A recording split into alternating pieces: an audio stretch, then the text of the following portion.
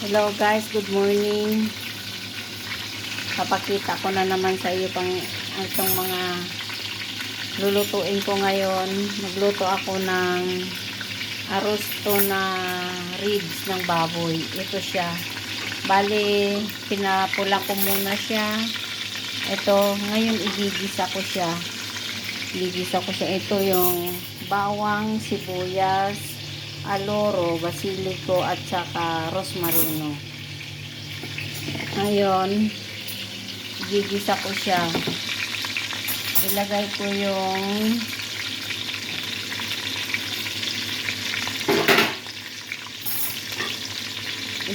ko yung sibuyas,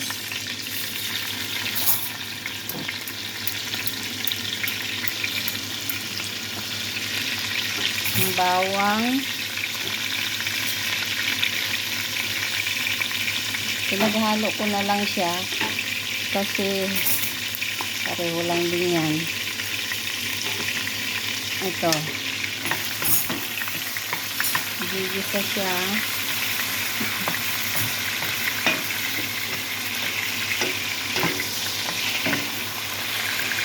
Ilagay ko yung pinapula ko na ribs.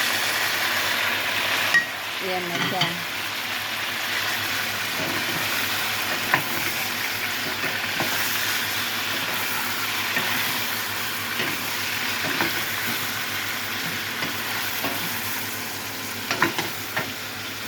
Dosi lang naman ang bisita na namin ngayong tanghali. Ito na ang last na bisita namin ngayong August dito sa bukid. Bababa na kami ng Venice.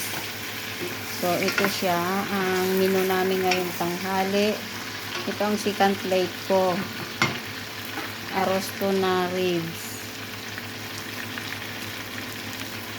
Ang first plate ko ay ito, ravioli. Mamaya na yan. Ngayon, pagkatapos ko na magisa ito, lalagyan ko ng wine, white wine.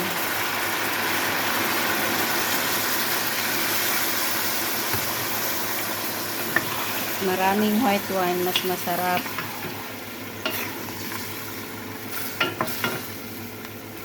Yan, ipa-evaporate lang natin yung wine bago palambutin. Ngayon, ilalagay ko yung aloro, yung basilico at yung rosmarino.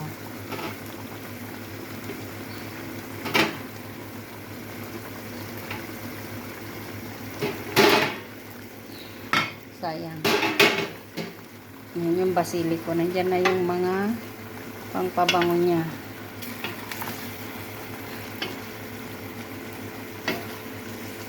Ngayon, lalagyan ko ng ito, arrosto, panglasa.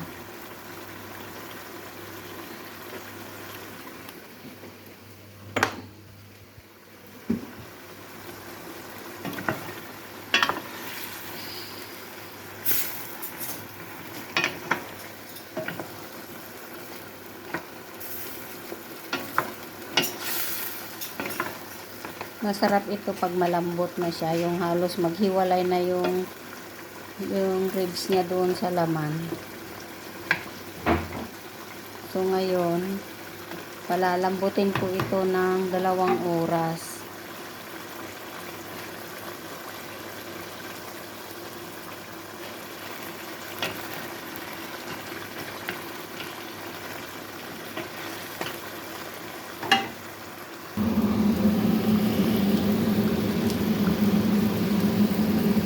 Palalambutin natin ito siya ng 2 oras.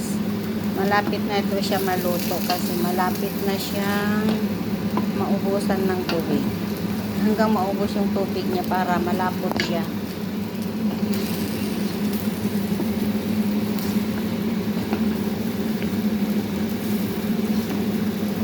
Ngayon habang napalambot niya, takpan ko para mabilis. Ito pa yung isang second plate. Bali, dalawa ang second plate nila. Yung arrosto na ribs at saka itong salsiccia. Ngayon, ang first plate nila ay ito, ravioli na isda. Isda ito siya. Ravioli na isda. Ito naman ay ravioli na karne. So, dalawang type ng first plate nila ngayon. Itong karne, lalagyan ko siya ng sauce na ito, yung pomodoro lang siya ang isos ko dahil may karne naman sa loob ng ravioli. Ano ang pomodoro? Yung tomato sauce na lang ilalagay ko na niluto ko. Lagyan ko ng basilico. Tapos itong pishi na itong raviola na pishi, ito naman ang isos ko. Fish din siya, isda rin. Yung mga laman ng mare, yung sa mayroon siyang kamatis, yung sauce, at saka meron siyang tahong o yung mussels, at saka yung iba-ibang klase ng isda. Yan na siya ang isos ko siya sa isda. So, ito rin yung side dish niya, yung second plate. At saka yung pure. Gagawa ako ng pure. Ito, gagawin ko pa lang ang pure.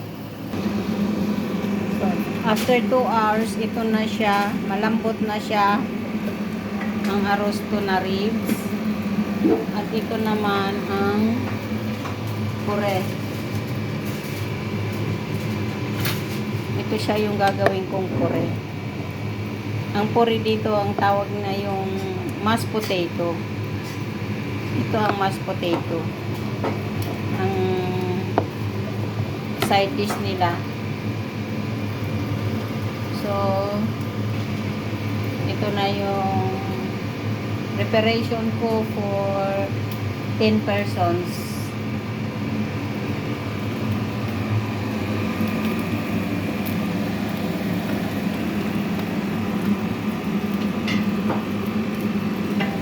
So, yung first plate. Ito yung second plate. Arrosto.